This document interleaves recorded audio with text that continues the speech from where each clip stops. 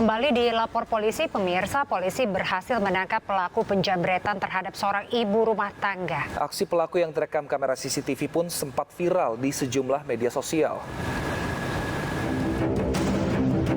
Dalam rekaman CCTV, tampak seorang wanita dewasa dan dua anak kecil tengah asik bermain HP di pinggir jalan di kawasan Kampung Pondok, Kecamatan Padang Selatan, Kota Padang.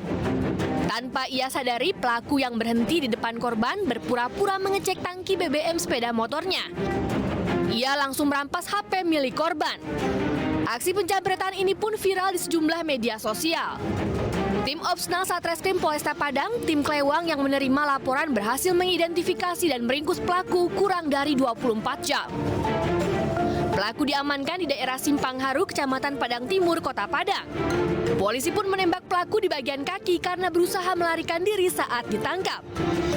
Untuk barang-barang bukti yang kita amankan dari pelaku, kita sita 1 unit handphone, 1 unit sepeda motor, pakaian yang dipakai pelaku saat melakukan kejahatan, yaitu jambret dan topi. Atas perbuatannya, tersangka dijerat dengan pasal 356 KUHP tentang pencurian dengan kekerasan dengan ancaman hukuman maksimal 9 tahun penjara. Dari Padang, Sumatera Barat, Budi Sunandar, iNews melaporkan. Sempat terhenti 2 tahun akibat pandemi COVID-19, pemerintah Provinsi DKI Jakarta berencana akan kembali menerapkan sistem ganjil genap di 25 titik ruas jalan ibu kota. Ganjil genap diberlakukan menyusul kembali meningkatnya volume kendaraan pasca dilonggarkannya mobilitas masyarakat di masa PPKM level 1. Ya, pelonggaran mobilitas masyarakat di masa PPKM level 1 membuat volume kendaraan ini terus mengalami peningkatan setiap harinya. Sejumlah ruas jalan ibu kota pun kembali mengalami kemacetan panjang, terutama pada pagi hari di jam berangkat kerja dan sore hari di jam pulang kerja. Nah, demi mengurai kemacetan, pemerintah Provinsi DKI Jakarta berencana kembali menerapkan sistem ganjil genap. Ganjil genap akan diberlakukan di 25 titik ruas jalan ibu kota mulai 6 Juni 2022 nanti.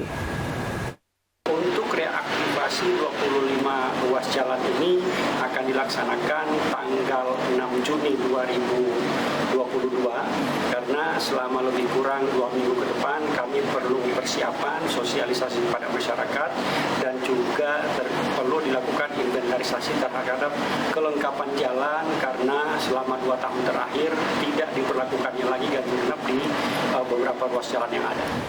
Ya, pemirsa, pemerintah Provinsi DKI Jakarta akan memperluas penerapan aturan ganjil genap di 25 titik di jalan-jalan protokol ibu kota. Kebijakan ini disosialisasikan pada mulai 30 Mei 2022 dan aktif berlaku pada tanggal 6 Juni 2022.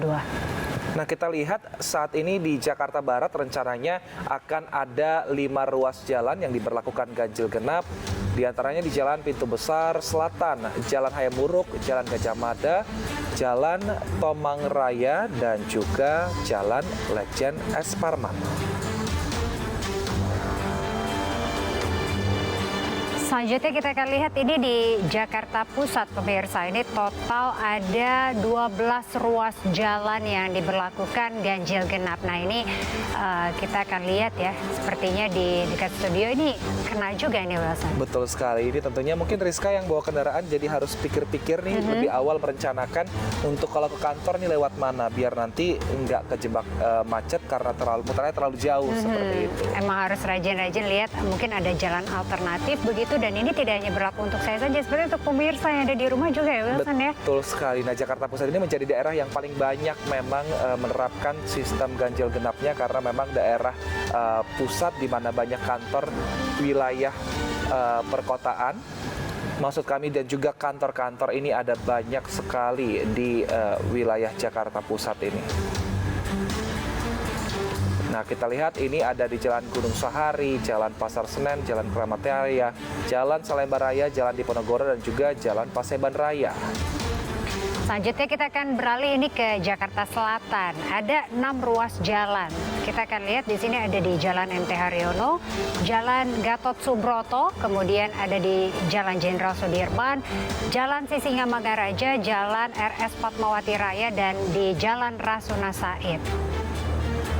Nah, terakhir kita menuju ke wilayah Jakarta Timur. Pemirsa, ada 3 ruas jalan yang berlaku ganjil genap. Nah, mungkin pemirsa yang mau menghindari ganjil genap ini, saat ini memang untuk mobil listrik tidak diterapkan ganjil genap karena memang masih sedikit mobilnya dan juga mungkin harga masuk dalam mobil yang eksklusif seperti itu, sehingga tidak diberlakukan ganjil genap. Mungkin ini bisa menghindari. Yang punya duit silahkan. Silahkan, bisa menjadi alternatif. Kalau gitu mungkin kita butuh nabung-nabung dulu nih Wilson biar bisa beli mobil listrik. Ganjil genap, betul sekali. Nah, kita ke informasi lainnya pemirsa, di mana ini ada sebuah angkutan umum berpenumpang terguling usai menabrak toko ban di Salatiga, Jawa Tengah. Ya, sopir kehilangan kendali karena berusaha menghindari pemotor yang mendadak berbelok.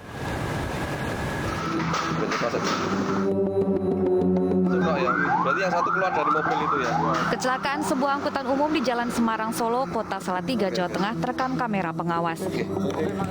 Peristiwa bermula saat angkot Prona yang sedang mengangkut penumpang melaju kencang dari arah Solo menuju Salatiga. Tiba-tiba sebuah sepeda motor melaju dengan kecepatan tinggi di depannya dan mendadak berbelok ke kanan. Karena panik, sopir kehilangan kendali hingga angkot yang ia kendarai menabrak pemotor, toko ban, lalu terguling. Jadi diduga untuk sopir dari penumpang ini tidak memperhatikan kendaraan di depannya dan melewati marka sehingga terjadi benturan. Untuk saat ini sudah dicek oleh Piket Gakum di Rumah Sakit Umum Daerah Salatiga.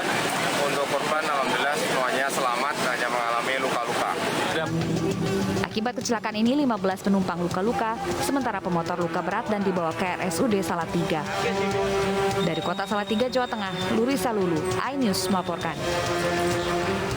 Pemirsa, polisi masih terus mendalami kasus penipuan berkedok investasi bisnis tembakau dan minyak goreng di Ponorogo, Jawa Timur. Ya, diduga total kerugian korban mencapai hingga 2 miliar rupiah.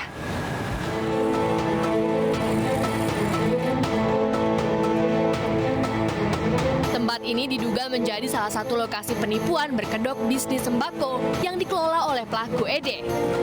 Korban diajak kerjasama bisnis sembako dan minyak goreng dan dijanjikan keuntungan 5 hingga 10% per bulannya. Karena keuntungan yang tinggi, banyak korban tertarik bergabung. Bahkan ada yang berinvestasi 45 juta sampai 900 juta rupiah. Meski sempat mendapatkan keuntungan, namun belakangan diketahui usaha yang dilakukan pelaku sebagian fiktif. Barang yang diorder tidak pernah dikirim dan pelaku kabur dengan sejumlah uang investasi korban.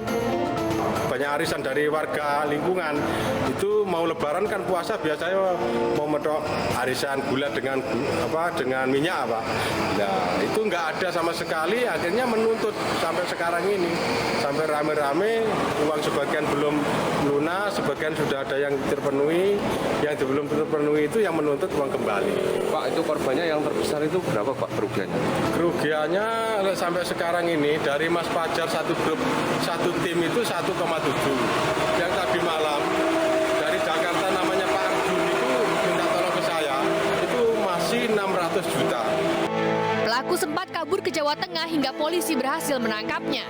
Sembako di mana dengan harga di bawah rata-rata grosir, sehingga para korban ini tertarik dan melakukan transaksi dengan tersangka. Setelah dilakukan transaksi lewat transfer dengan beberapa sejumlah uang, namun sampai korban melaporkan kejadian ini ke Polres Ponorogo, barang tersebut tidak ada yang menerima. Korban itu kurang lebih 1 miliar. Diperkirakan total kerugian yang dialami korban mencapai miliaran rupiah. Dan korban berasal dari berbagai wilayah seperti Malang, Trenggalek, Magetan, Surabaya, dan Jakarta. Polisi pun mengimbau jika ada korban lain untuk segera melapor. Dari Ponorogo, Jawa Timur, Ahmad Subeki, iNews melaporkan. Pemirsa, informasi tadi mengakhiri lapor polisi hari ini. Terima kasih sudah menyaksikan lapor polisi. Ini bagi Anda yang ingin memberikan aspirasi, keluhan, laporan, dan juga apresiasi kepada pihak kepolisian di seluruh Nusantara, kami juga membuka laporan pengaduan yang bisa diakses kapanpun melalui sejumlah channel kami, yaitu di Instagram resmi kami @laporpolisi_iNewsTV dan @official_iNewsTV. Juga bisa melalui email laporpolisi.inews@gmail.com. Saya Wilson Purba. Dan saya Rizka Amelia, terima kasih atas kebersamaan Anda. Selamat melanjutkan aktivitas. Selamat pagi. Lapor polisi. Anda lapor, kami kami sampaikan. sampaikan.